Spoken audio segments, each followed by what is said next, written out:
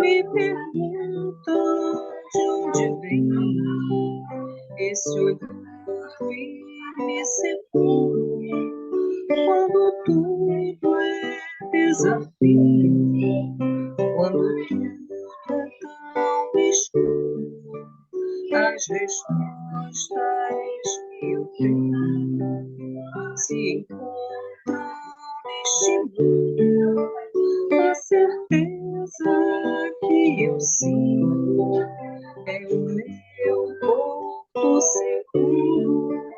Eu me cerco, eu vigio, eu me importo, eu procuro, persevero, acredito, eu transformo este mundo.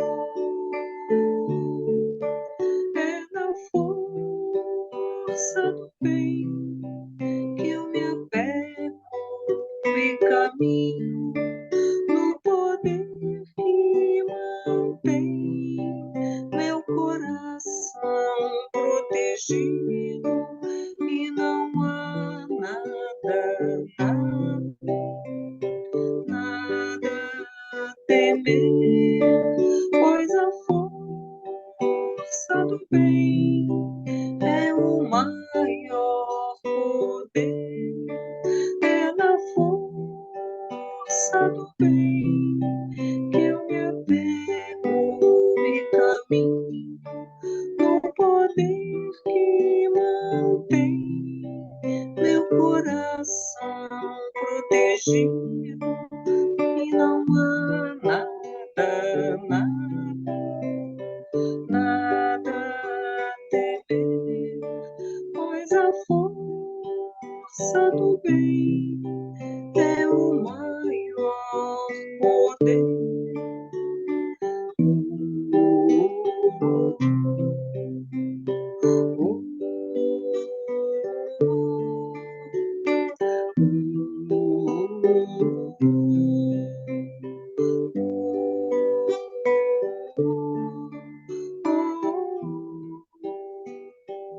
A força do bem.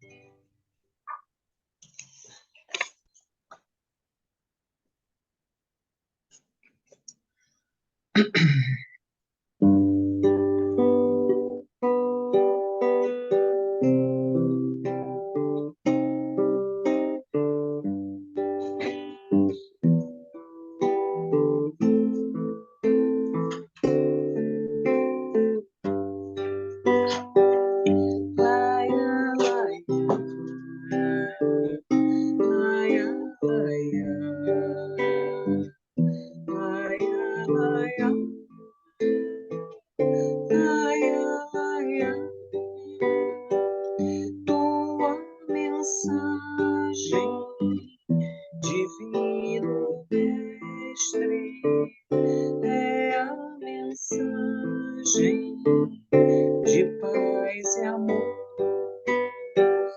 Levanta o fraco, anima o forte, traz sempre alívio ao sofredor. Na tua senda, o caminheiro não sente o peso da sua cruz, porque caminha fitando o céu e te sentindo, Mestre Jesus. Tua mensagem, divino mestre, é a mensagem de paz e amor. Levanta o fraco, anima o forte, traz sempre alívio ao sofredor. Na tua senda, O caminheiro não sente o peso da sua cruz, porque caminha fitando o céu e te sentindo, Mestre Jesus. Laia, laia, laia, laia, laia, laia, laia, laia.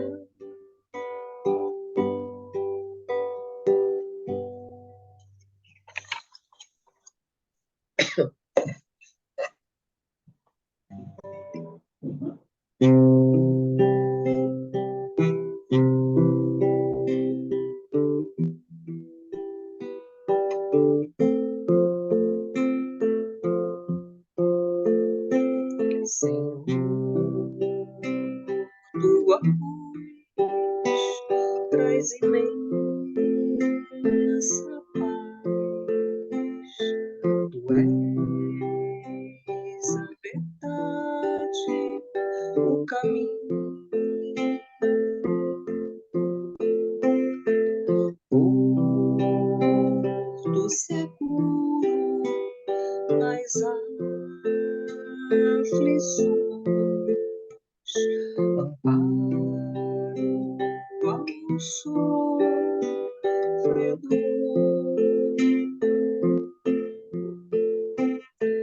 suave o jugo por teu amor,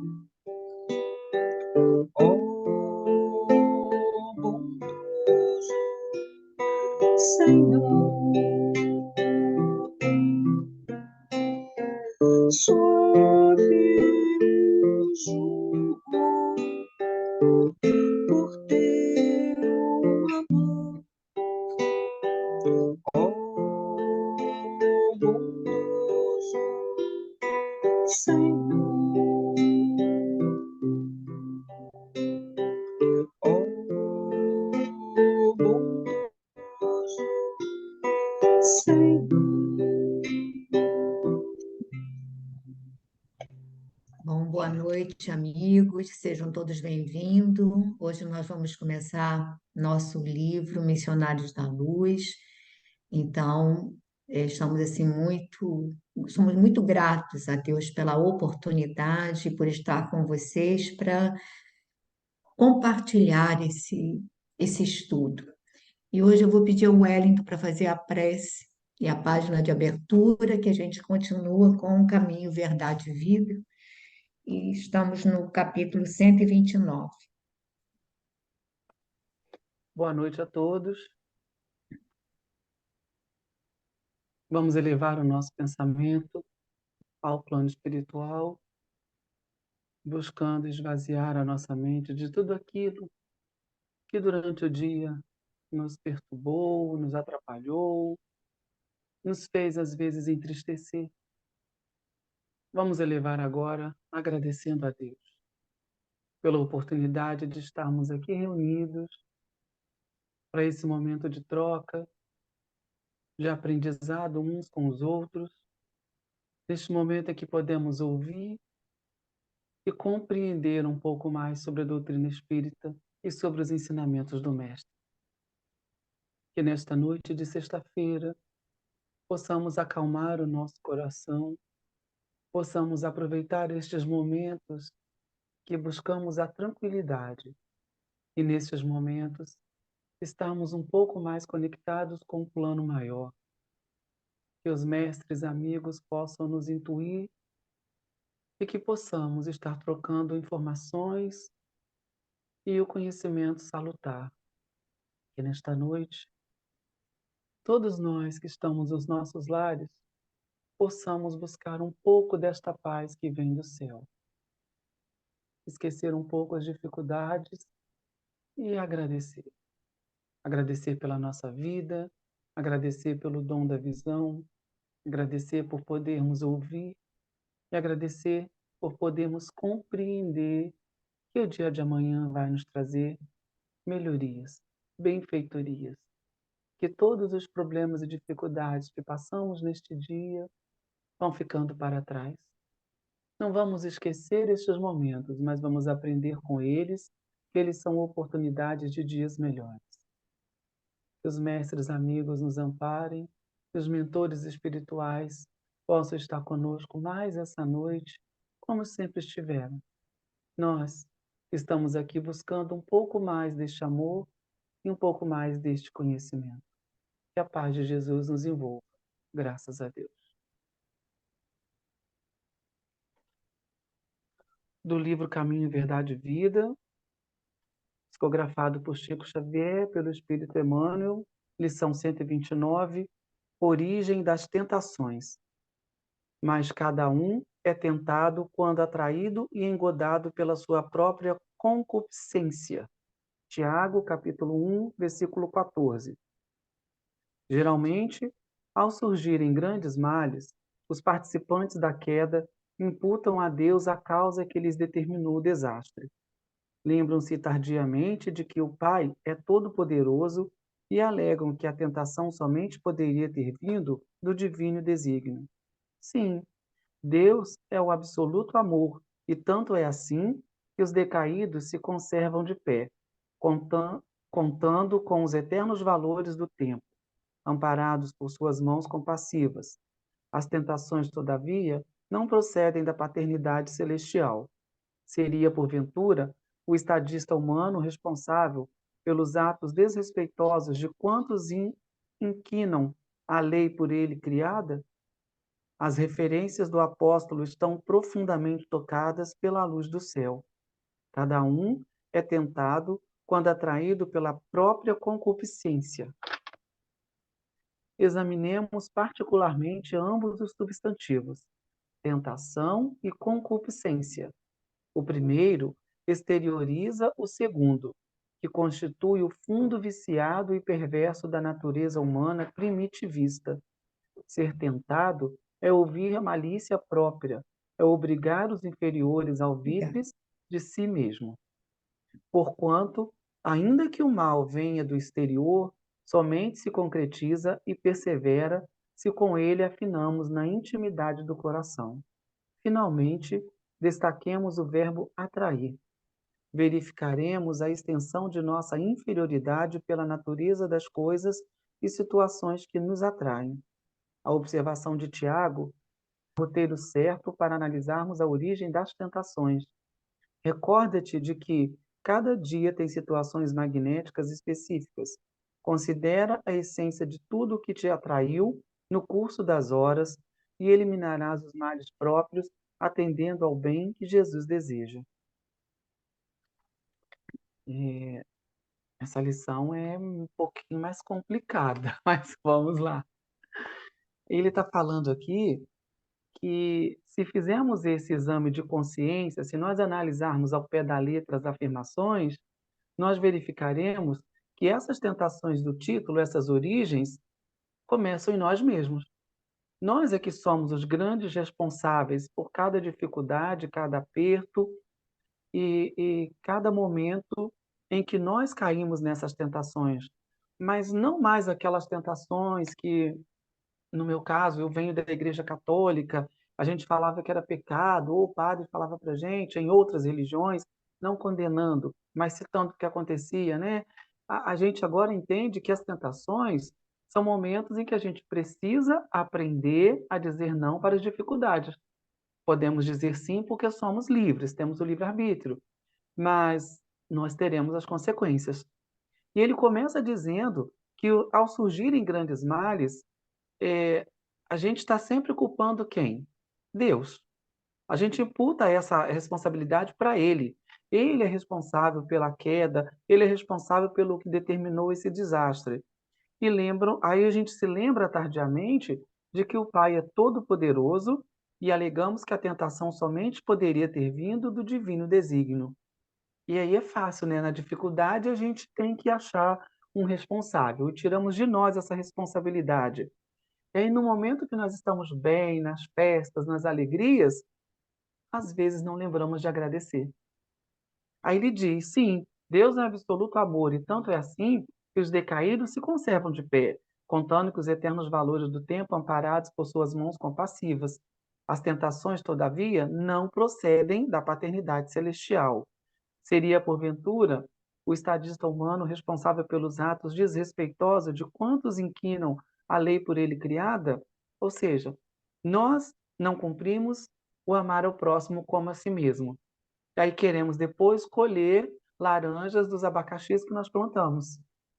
Não tem condição. A gente precisa, se nós infringirmos as leis, nós vamos responder por essa falha que nós tivemos. Ele continua, as referências do apóstolo estão profundamente tocadas pela luz do céu. Cada um é tentado quando atraído pela própria concupiscência. E ele explica essas palavrinhas na frente, né? Examinemos particularmente esses substantivos. A tentação, a concupiscência, ele diz que a tentação exterioriza o segundo, que constitui o fundo viciado e perverso da natureza humana primitivista. A nossa natureza humana, né? Nós que estamos aqui ainda tentando acertar, buscando dias melhores, e às vezes esquecemos da responsabilidade que precisamos ter nessa construção desse mundo melhor. A nossa natureza humana primitivista ainda é maldosa. A gente ainda não consegue fazer tudo certo e ser do bem. Nós falhamos, o que não há erro nenhum em falhar. Precisamos só compreender que essas tentações e as dificuldades não são responsabilidade ou culpa de Deus. Aí ele continua: ser tentado é ouvir a malícia própria e abrigar os inferiores alvitres de si mesmo, porquanto, ainda que o mal venha do exterior, só se concretiza e persevera se nós afinizarmos com ele, na intimidade do nosso coração. O que nós estamos querendo para nós, o que nós estamos cultivando, que pensamentos carregamos? Finalmente, ele fala do verbo atrair. Verificaremos a extensão de nossa inferioridade pela natureza das coisas e situações que nos atraem. Se nós estamos aqui focados neste momento de prece, de oração, buscando compreender mais as obras de André Luiz, estamos atraindo momentos positivos. Mas encerramos aqui e esquecemos tudo que nós aprendemos na fala dos amigos, nessa compreensão de cada um trazendo sua lição, e vamos para caminhos que não vão nos trazer coisas positivas. Esse atrair também é nossa responsabilidade, não podemos culpar ninguém. A observação de Tiago é roteiro certo para analisarmos a origem dessas tentações, né? Começa em nós mesmos. Recorda-se de que cada dia tem situações magnéticas específicas.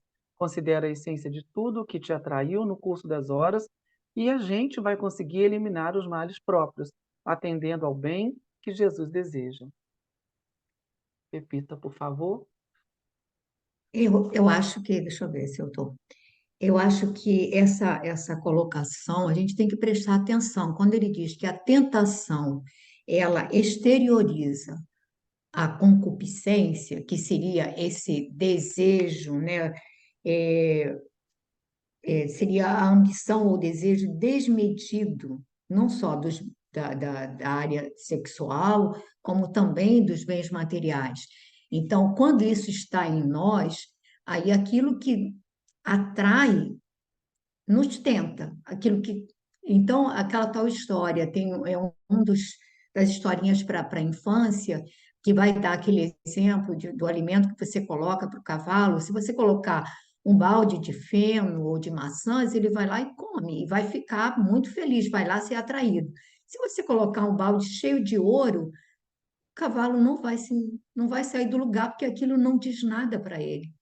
Então, todas as coisas, as situações que às vezes a gente diz assim, ah, fulano caiu no conto do vigário, mas é porque no fundo a gente ainda se deixou engodar, porque ainda sonha com benefícios possíveis, com vantagens, enfim, somos atraídos por aquilo que ainda está em nós. Aí é por isso que ele vai falar.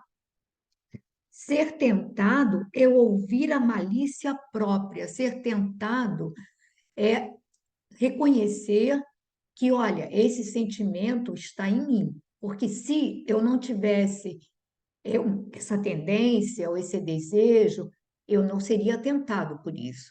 pelo desejo de poder, enfim, uma infinidade, somos tentados numa infinidade de situações. E aí ele vai dizer que a gente tem que prestar muita atenção na tentação que nos atinge, porque de acordo com a tentação, podemos avaliar a natureza dos nossos sentimentos, do nosso espírito, quem somos nós de verdade. Então, se aquelas certas situações me tentam, aquilo vai falar do que eu trago ainda em mim. E aqui no final, eu achei interessante essa colocação dele. Recorda-te que cada dia tem situações magnéticas específicas. E aí a gente, ontem, estudando a Gênese, no nosso outro grupo, e a Glorinha estava fazendo esse estudo conosco, e vendo que nós, quer dizer, os fluidos, né, fluido cósmico universal, que transmite os nossos pensamentos, que nós impregnamos esses fluidos com os nossos sentimentos, então cada dia tem situações magnéticas específicas que, na realidade, são geradas por nós, pelos nossos sentimentos, que a gente acha que vem sempre de fora. Não, hoje o dia está difícil.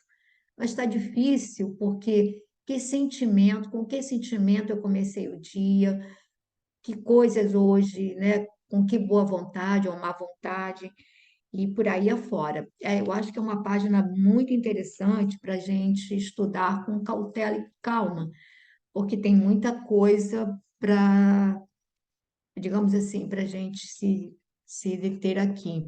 Alguém gostaria de fazer algum comentário breve para a gente começar, mas se quiser fazer alguma colocação, alguém gostaria de falar alguma coisa para acrescentar?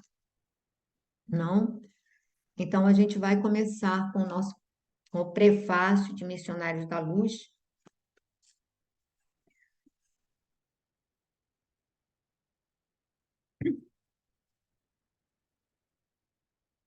Vou pedir a Verônica para começar o prefácio.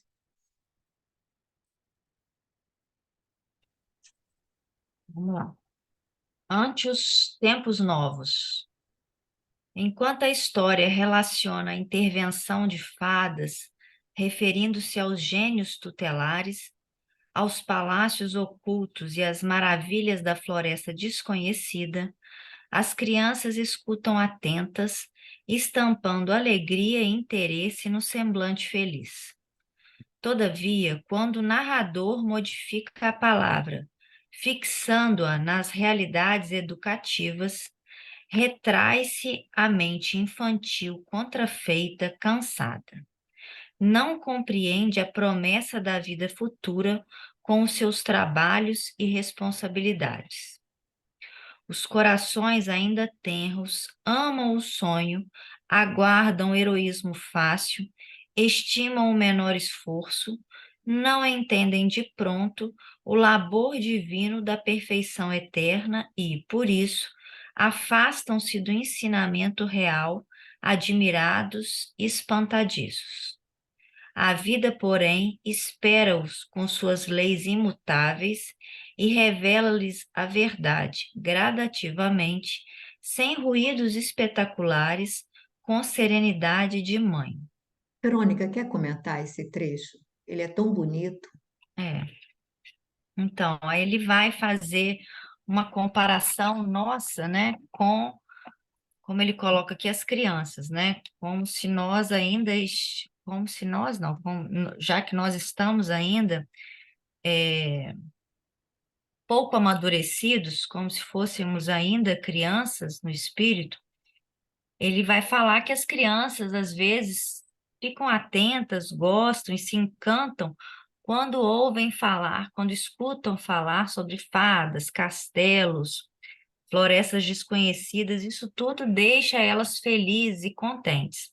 Mas, todavia, quando a história passa para a segunda parte, que é, digamos assim, a conclusão, né, que seria o trabalho a ser feito, a criança que ele coloca aqui se mostra contrafeita e cansada. Não compreende a promessa da vida futura com seus trabalhos e responsabilidades, porque ela ainda quer, ela ainda gosta de viver no sonho, de viver naquela situação que é cômoda e que não lhe exige nenhuma responsabilidade, não lhe exige nenhum comprometimento, né? Como ele coloca ali, também somos exatamente assim, né? Como ele coloca, corações tenros amam o sonho, aguardam o heroísmo fácil. Entretanto, estimam, estimam o menor esforço e não entendem de pronto o labor divino da perfeição eterna. Por isso que muitas vezes a gente vê algumas pessoas, quando a gente começa a estudar a doutrina espírita, umas pessoas se retraem porque percebem que exige ali uma responsabilidade muito grande, né? Como o Décio fala, a melhor notícia do Espiritismo é que tudo depende de você, exclusivamente de você. Mas a pior notícia da doutrina espírita é que tudo depende de você também. Então, todas as consequências, todas as dificuldades por que nós passamos, depende de nós. E aí, quando os espíritos ainda infantis começam a se deparar com a necessidade de educação, a educação do espírito, né, eles se retraem, porque eles desejam mesmo ficar no comodismo, ficar até mesmo na ausência de conhecimento, né? Eu gosto muito daquela frase daquela filósofa aí, que eu não sei o nome, que eu esqueci, mas que fala que toda pessoa que come o fruto do conhecimento é expulso de algum paraíso, né? Então, a gente quer ficar só com a historinha bonita, mas quando chega o trabalho íntimo, muitas vezes a gente foge da luta, né? Acho que paramos aqui. Ninguém quiser. Verônica, eu acho importante porque você perceba que, como fazem sucesso todas as séries, os filmes, que tem esse lado assim fantasioso, esse lado mágico, em que as coisas se resolvem, os heróis do menor esforço, ou seja, numa palavra mágica, num sortilégio, enfim, você resolve tudo. Ou então, esses filmes, como tinha 007, adultos, como fez sucesso isso? Adultos sabem que aquilo tudo é mentira, mas como no nosso inconsciente é agradável ver que as coisas se resolvem tão simplesmente, tão assim, milagrosamente. E quando o Espiritismo vem mostrar para a gente que, olha, não é assim, é um trabalho metódico, é sacrificial, exige tudo, é você que tem que fazer. Não vai ter uma fada, não tem um condom, você que tem que transformar, você que tem que é, editar a sua história, não tem escrever, editar, fazer tudo. É responsabilidade sua, como o Modeste falou, é verdade. E aí eu gostei do terminal aqui, quando ele diz que a vida, porém, es- espera-os com as suas leis imutáveis e revela-lhes a verdade gradativamente, sem ruídos espetaculares, com serenidade de mãe. Ele vai repetir essa expressão mais para frente, ou seja, esse Deus extremamente misericordioso, essa natureza que nos espera, com essa serenidade de mãe. Não apressa o nosso respeita o nosso tempo, o nosso, digamos assim, esse Nossa nosso vontade, né? fugir muitas vezes do enfrentamento da verdade que poderá nos libertar, porque Jesus disse: conhece a verdade, né? A verdade te libertará, né? Seremos libertados pela verdade. Porém, porém, ela não nos convém, em determinado momento, a verdade não nos convém. A gente prefere se refugiar na fantasia. E como nos refugiamos tanto na fantasia? É por isso que a gente quer histórias que tenham um happy end, que nos tragam assim aquela coisa assim, não é? Enfim, e a gente tem dificuldade de lidar com a realidade, com a nossa realidade. Alguém gostaria de fazer algum comentário? E a questão que você também falou, Verônica, é que mesmo que nós não gostemos, as leis, elas são imutáveis e elas nos aguardam, vão aguardar esse nosso despertar. Então, a gente pode acelerar o processo do nascimento ou podemos realmente retardá-lo, e isso vai, digamos, aumentar as dores do nosso parto. Não tem jeito, não é? Então, vamos prosseguir aqui, vamos. Gisele, você quer ler um pedacinho?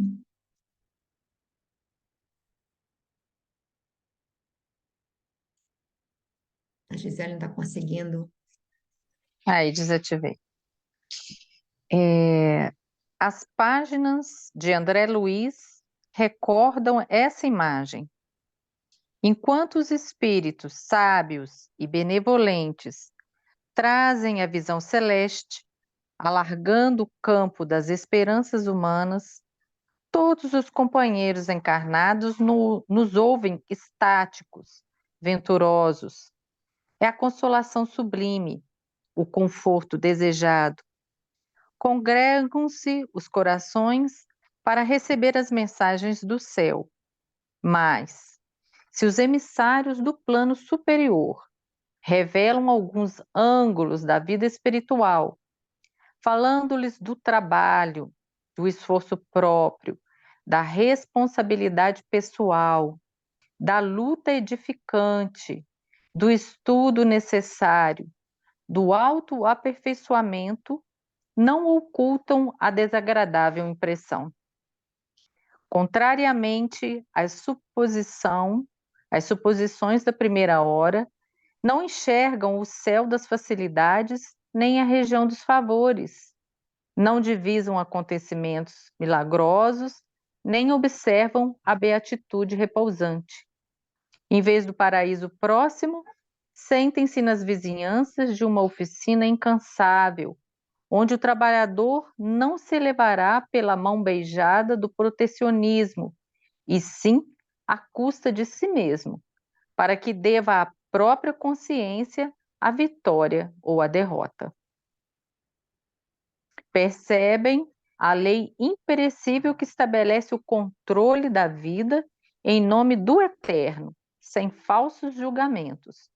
Compreendem que as praias de beleza divina e os palácios encantados da paz aguardam o espírito em outros continentes vibratórios do universo, reconhecendo, no entanto, que lhes compete suar e lutar, esforçar-se e aprimorar-se por alcançá-los, bracejando no imenso mar das experiências. Pode comentar, Gisele.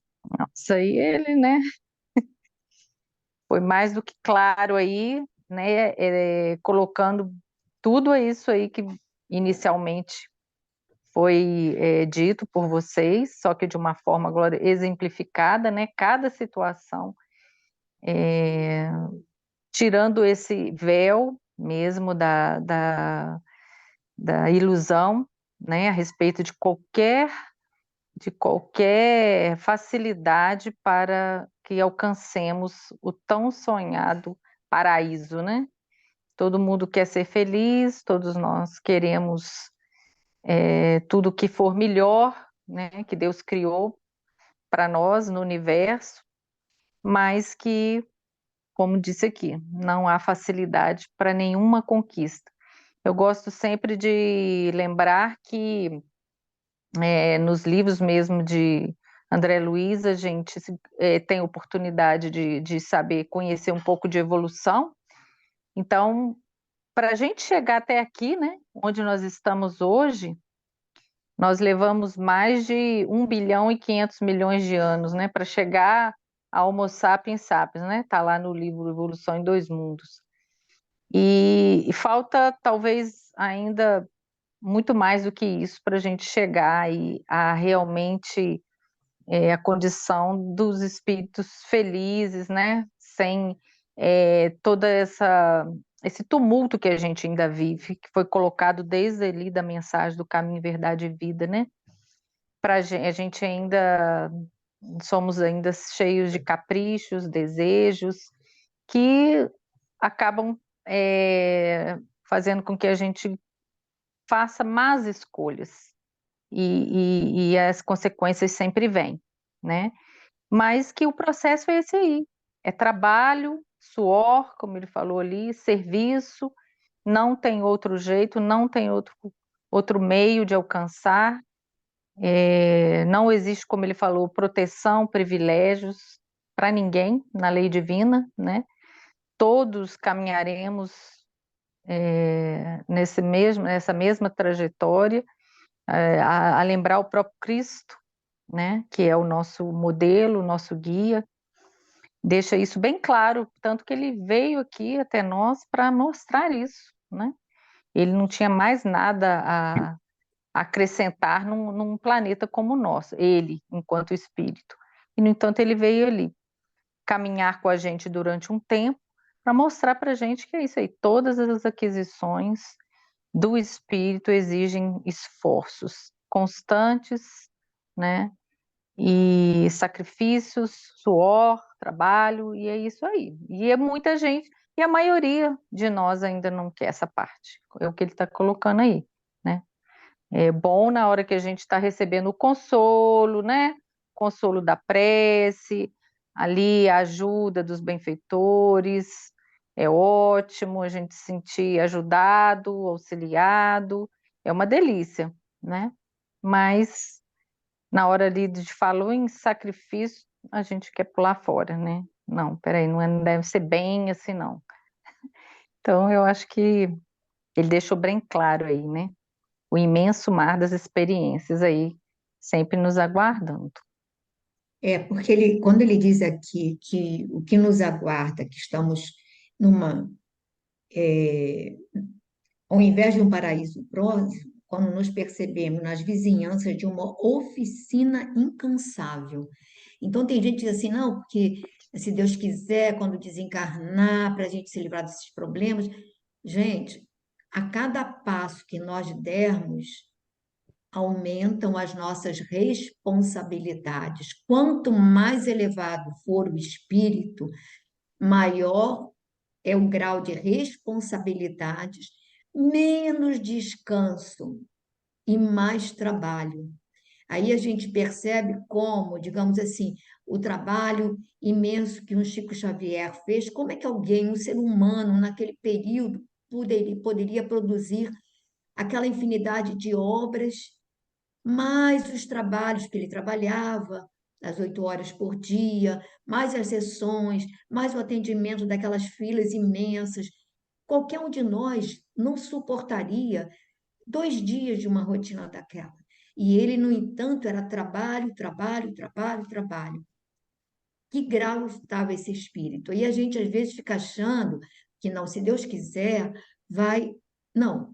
O que acontece é que, à medida que formos caminhando e formos superando dificuldades, nós vamos ganhando uma, uma segurança interior maior, uma compreensão maior das necessidades, vamos tendo uma serenidade maior para lidar, ou seja, uma estrutura mais, mais amadurecida, mais qualificada para o enfrentamento.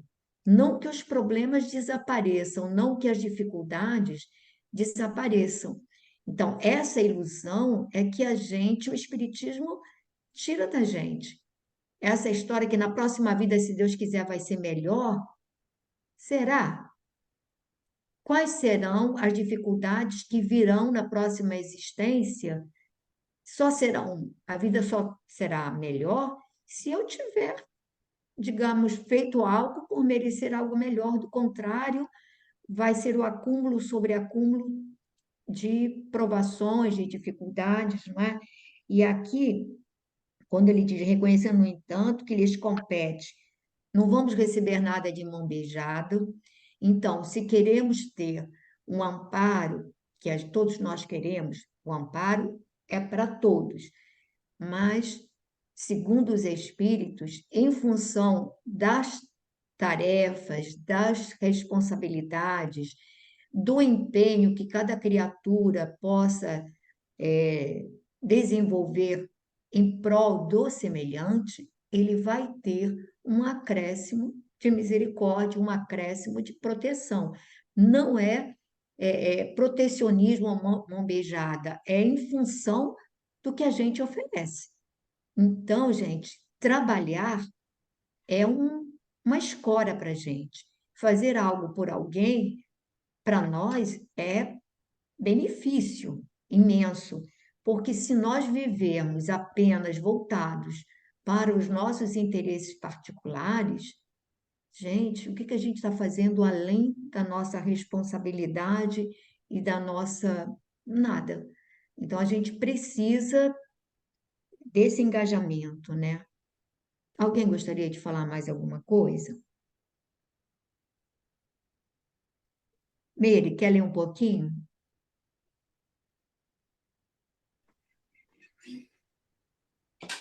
Posso.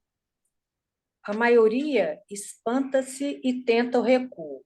Pretende um céu fácil depois da morte do corpo, que seja conquistado por meras afirmativas doutrinais. Ninguém, contudo, perturbará a lei divina. A verdade vencerá sempre e a vida eterna continuará ensinando, devagarinho, com paciência maternal.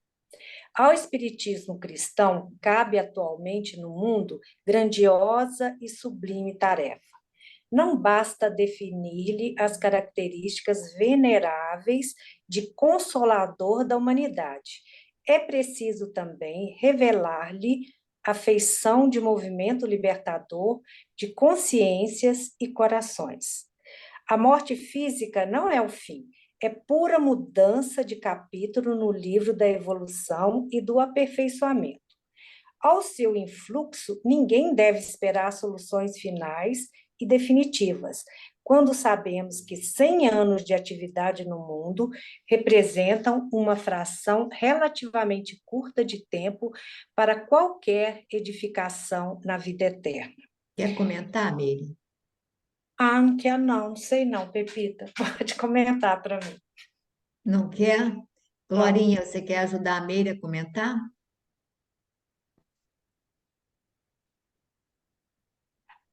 Deixa eu abrir o som aqui. Então, é, é aquilo, né?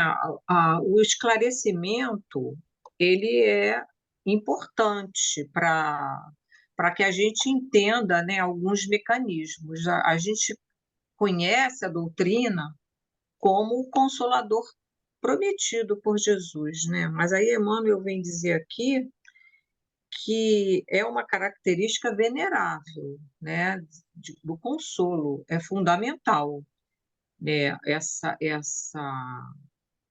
característica de consolar os aflitos, porque foi o que o Cristo fez também, né? Agora, aqui diz o seguinte, ele fala, é preciso também revelar-lhe a feição de movimento libertador de consciências e corações. Quer dizer, é aquela história da gente saber que, como ele fala aqui um pouquinho antes, nós somos responsáveis por tudo que estamos plantando no decorrer da nossa existência, né? Então, a gente precisa ter essa consciência, né, de que nada fica sem registro diante da consciência cósmica, né, diante das leis divinas. Então, a gente precisa ter a noção de que ninguém vai fazer por nós senão nós mesmos, não é? Tentarmos nos conhecer, a página inicial, né, quando falava da gente, desse balanço, da gente ver aquilo que nos atrai, isso é uma tarefa de autoconhecimento, né, de libertação de consciência. A gente se conhecer, saber das nossas limitações e querer modificar, né, dentro do possível, aquilo que não nos serve mais, né, aquilo que não não nos será útil na nossa caminhada espiritual, né, nessa nossa, se a gente quer essa ascensão, né. E aqui outra coisa também que ele vai trazer, a morte não é o fim, né, e eu acho que isso, muitas outras visões, né, religiosas, trazem essa visão de vida eterna. Só que a doutrina vem nos mostrar o seguinte, que a vida não tem fim e vários recomeços são necessários para a gente se reajustar, né? É o princípio da reencarnação. A gente não vai ficar estagnado, morreu, vai ficar em algum lugar ali esperando uma justiça, enfim, estaremos em processo educativo aqui ou no plano espiritual, né? O objetivo da lei é educativo, né? É a nossa modificação para melhor, não é punitivo, não é. Então, a morte, a doutrina nos mostra assim, é uma mudança, né? Fala, é pura mudança de capítulo no livro da evolução e do aperfeiçoamento. Então, a nossa trajetória aqui na Terra são como falava aqui antes, né? Bracejar no mar das experiências. E lá no plano espiritual também estaremos bracejando em outras experiências necessárias para nosso aperfeiçoamento, né? E aqui também, sabemos que 100 anos de atividade no mundo representam uma fração relativamente curta de tempo para qualquer edificação na vida eterna. Então, uma encarnação é um capítulo, né, de uma existência eterna, né? Agora, como a gente vai desenvolver esse capítulo é que é a questão, né? Alguns conseguem, né, uma história com mais consistência, né? E esse capítulo ele tem mais, vamos dizer assim, mais sabor de, de evolução, de aperfeiçoamento, né?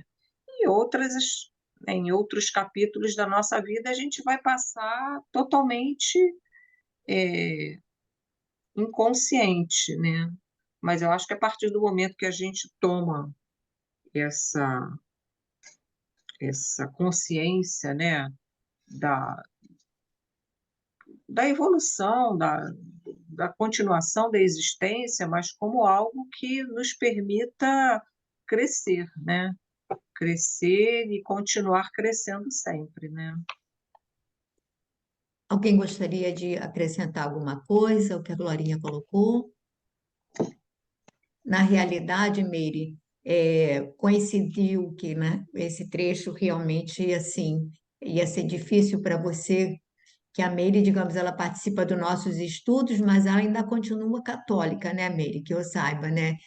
Apegada aos conceitos. Então, realmente é difícil. Como é que você vai defender esse conceito aqui, quando na realidade você está, digamos assim, meio lá, meio cá, e é natural, viu, Miri?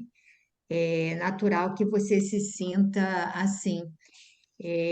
A minha mãe, ela algumas vezes foi à nossa casa, ela assistiu algumas palestras, ela dizia assim, fulano falou tão bonito, ou ela achava que aquela, digamos assim, se ela gostasse, mas ela não conseguia ficar longe de ir às missas dela, porque aquilo ali, para ela, digamos assim, estava no espírito dela, na essência, né? Então, é um tempo, mas tudo que, digamos assim, essas reflexões, você vai ver que elas vão te ajudar muito.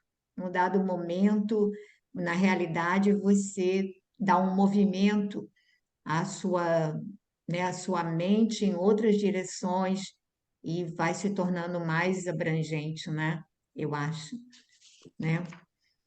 Então, vamos prosseguir aqui.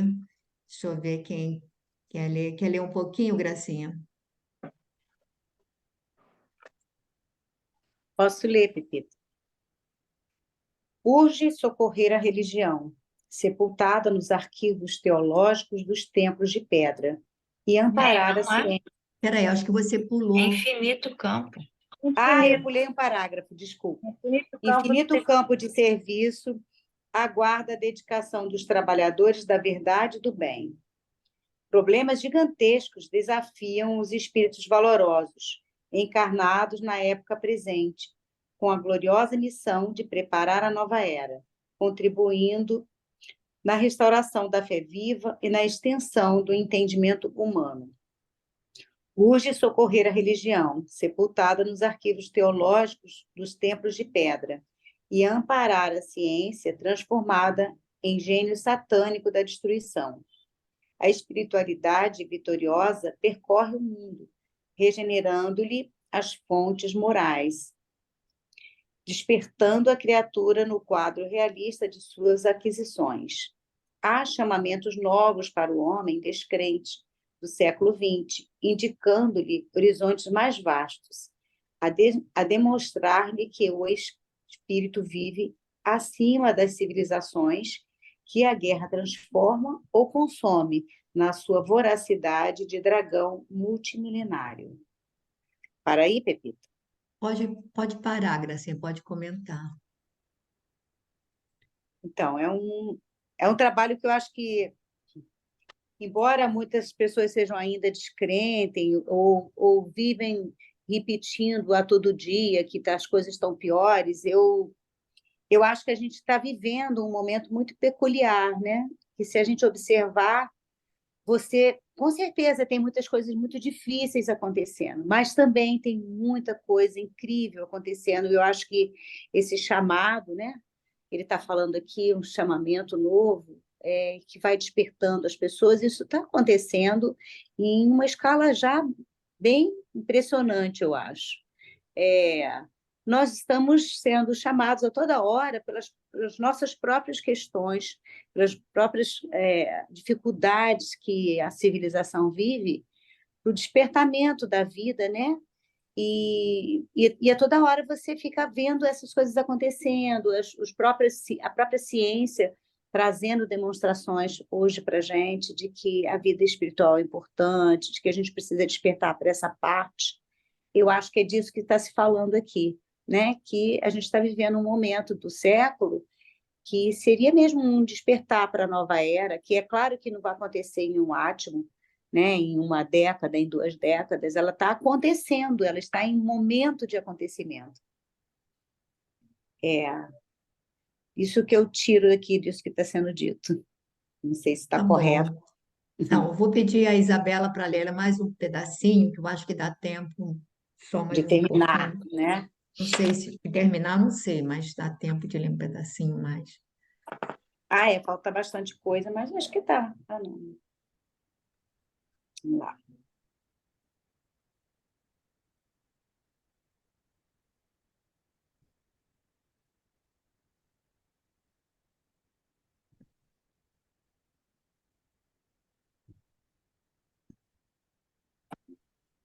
Quem vai ler? Era a Isabela, ela está Antes, tentando. tá. Deixa eu, calma aí que agora tá. Ante os novos tempos. Pode começar? Pode, né? Pode. E considerando o esforço grandioso da renovação, requisita-se o concurso de todos os servidores fiéis da verdade e do bem para que, antes de tudo, vivam a nova fé, melhorando-se e elevando-se cada um a caminho do mundo melhor, a fim de que a edificação do Cristo prevaleça sobre as meras palavras das ideologias brilhantes. Na consecução da tarefa superior, congregam-se encarnados e desencarnados de boa vontade, construindo a ponte de luz, através da qual a humanidade transporá o abismo da ignorância e da morte.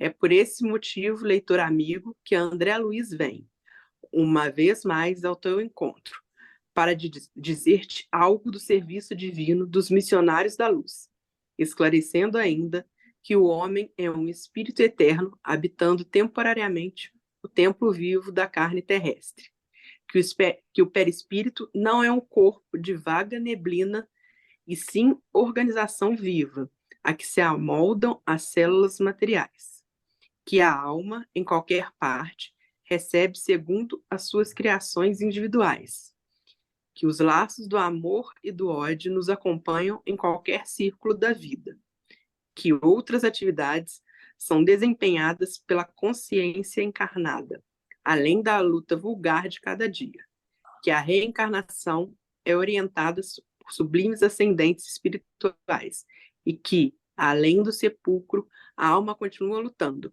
e aprendendo, aperfeiçoando-se e servindo aos desígnios do Senhor, crescendo sempre para a glória imortal a que o Pai nos destinou. Pode parar? Pode. Agora só tem um pedacinho, lê, que depois aí a gente vê o que pode fazer. Ah, tá. Se a leitura te assombra, se as afirmativas do mensageiro te parecem revolucionárias, recorre à oração e agradece ao Senhor o aprendizado, pedindo-lhe te esclareça e ilumine, para que a ilusão não te retenha em suas malhas.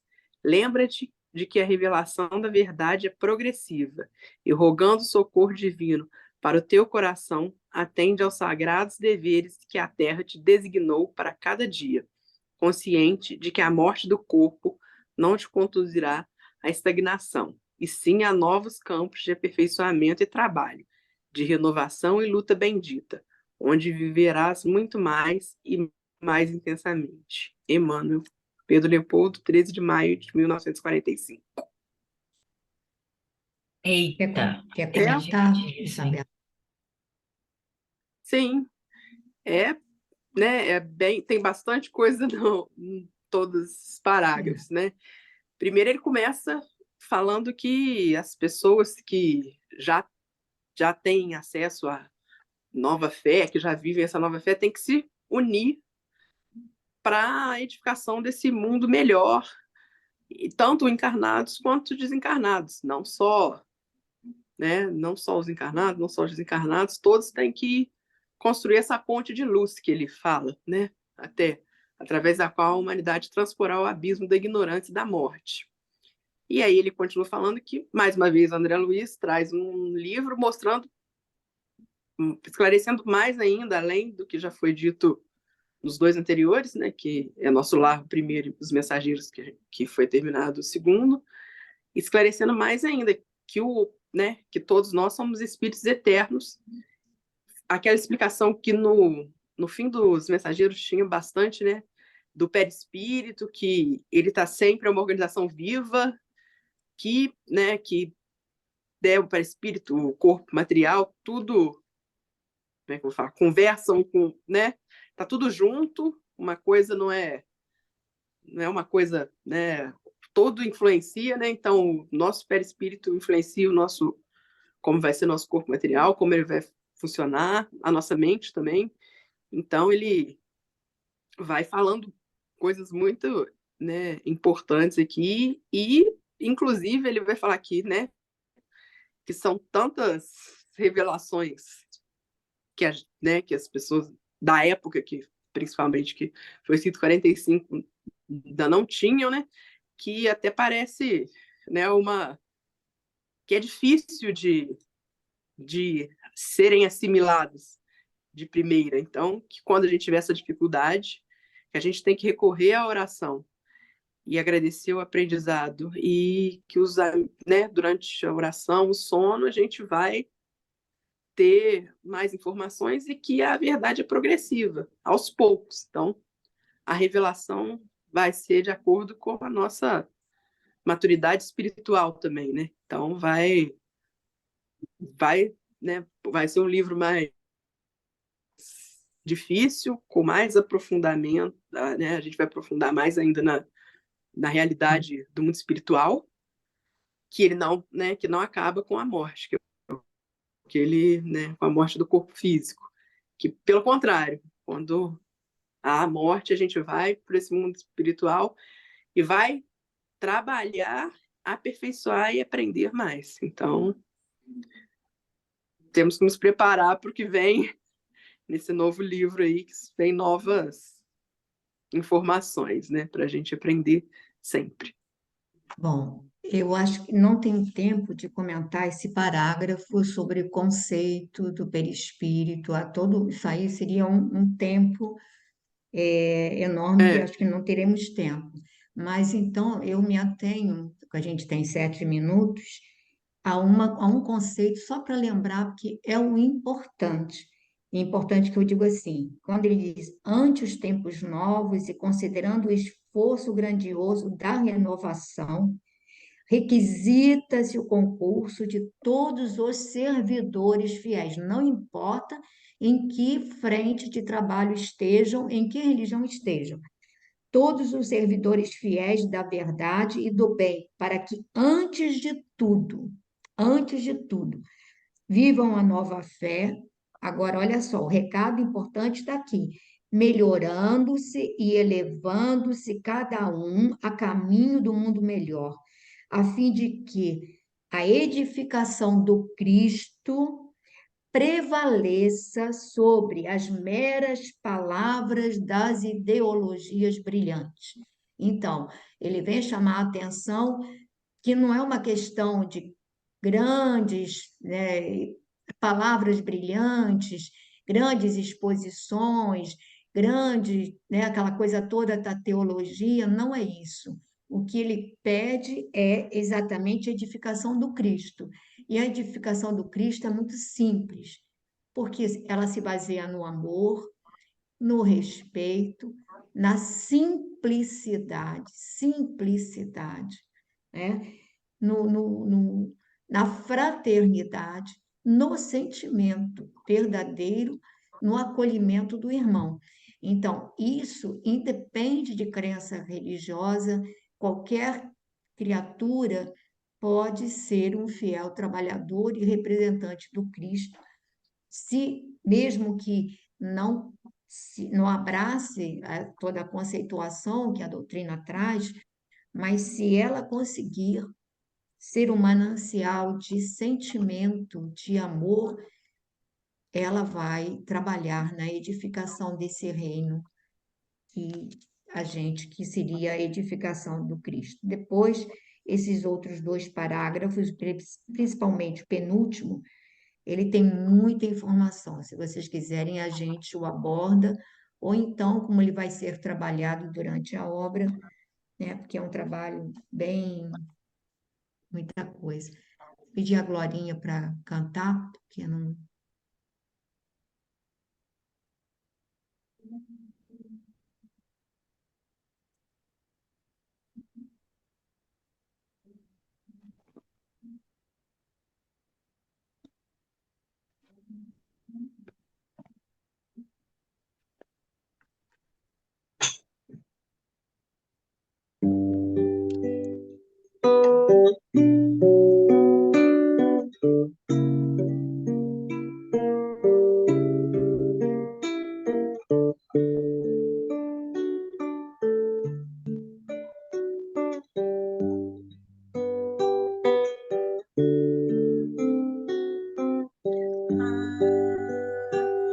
Agradecendo, Senhor,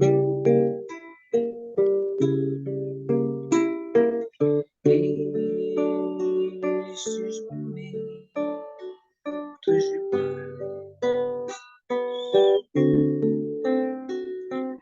Nós te sentimos aqui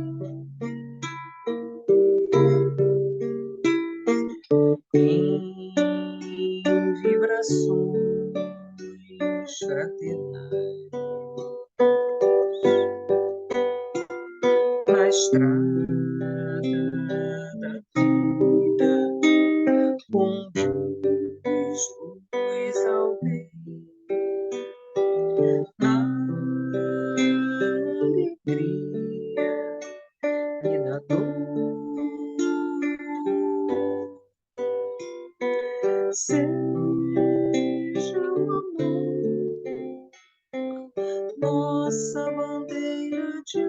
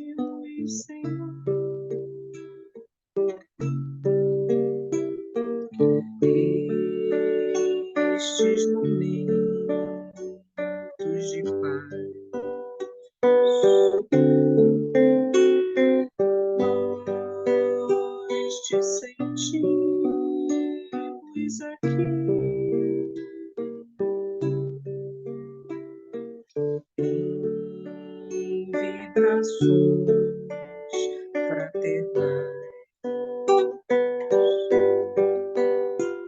na estrada da vida, conduz ao bem, na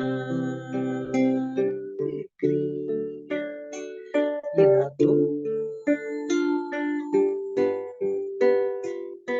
Seja o amor nossa bandeira de luz, amado Mestre Jesus. Seja o amor nossa bandeira de luz, amado Mestre Jesus.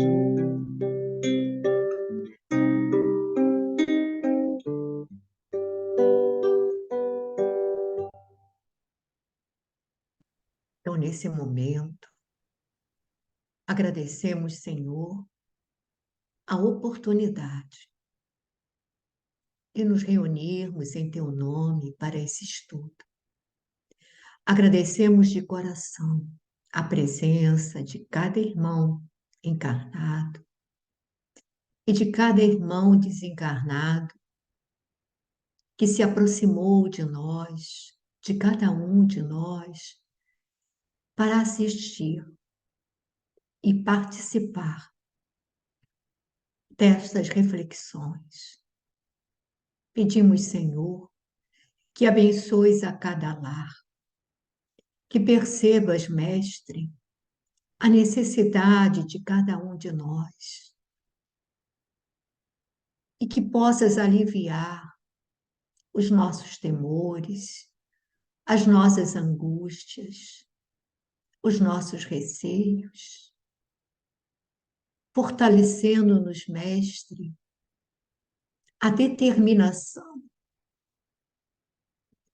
para vencer as dificuldades, para abraçar o trabalho que a Tua misericórdia nos oferece, para abraçar as dificuldades e superá-las.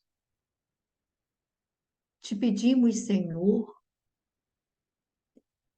que renoves o nosso ânimo, a nossa coragem para a luta, para o enfrentamento das nossas dificuldades. Que faças renascer em nós a esperança, a alegria de viver, o encantamento e o sentimento de gratidão pelas infinitas bênçãos com que nos cercas diariamente.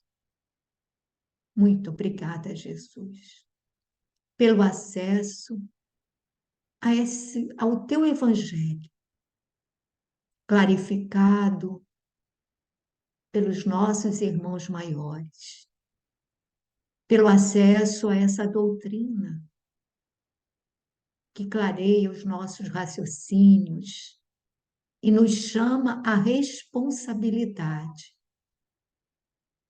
da construção da nossa história, da nossa trajetória. Muito obrigada, Senhor. Que a Tua paz, que o Teu amor possa envolver-nos a todos, envolvendo também a todos aqueles que passam pelo nosso pensamento ou que se encontram em nossas anotações, em nossos cadernos de prece. Sejam todos, Senhor, abençoados por Ti, que assim seja.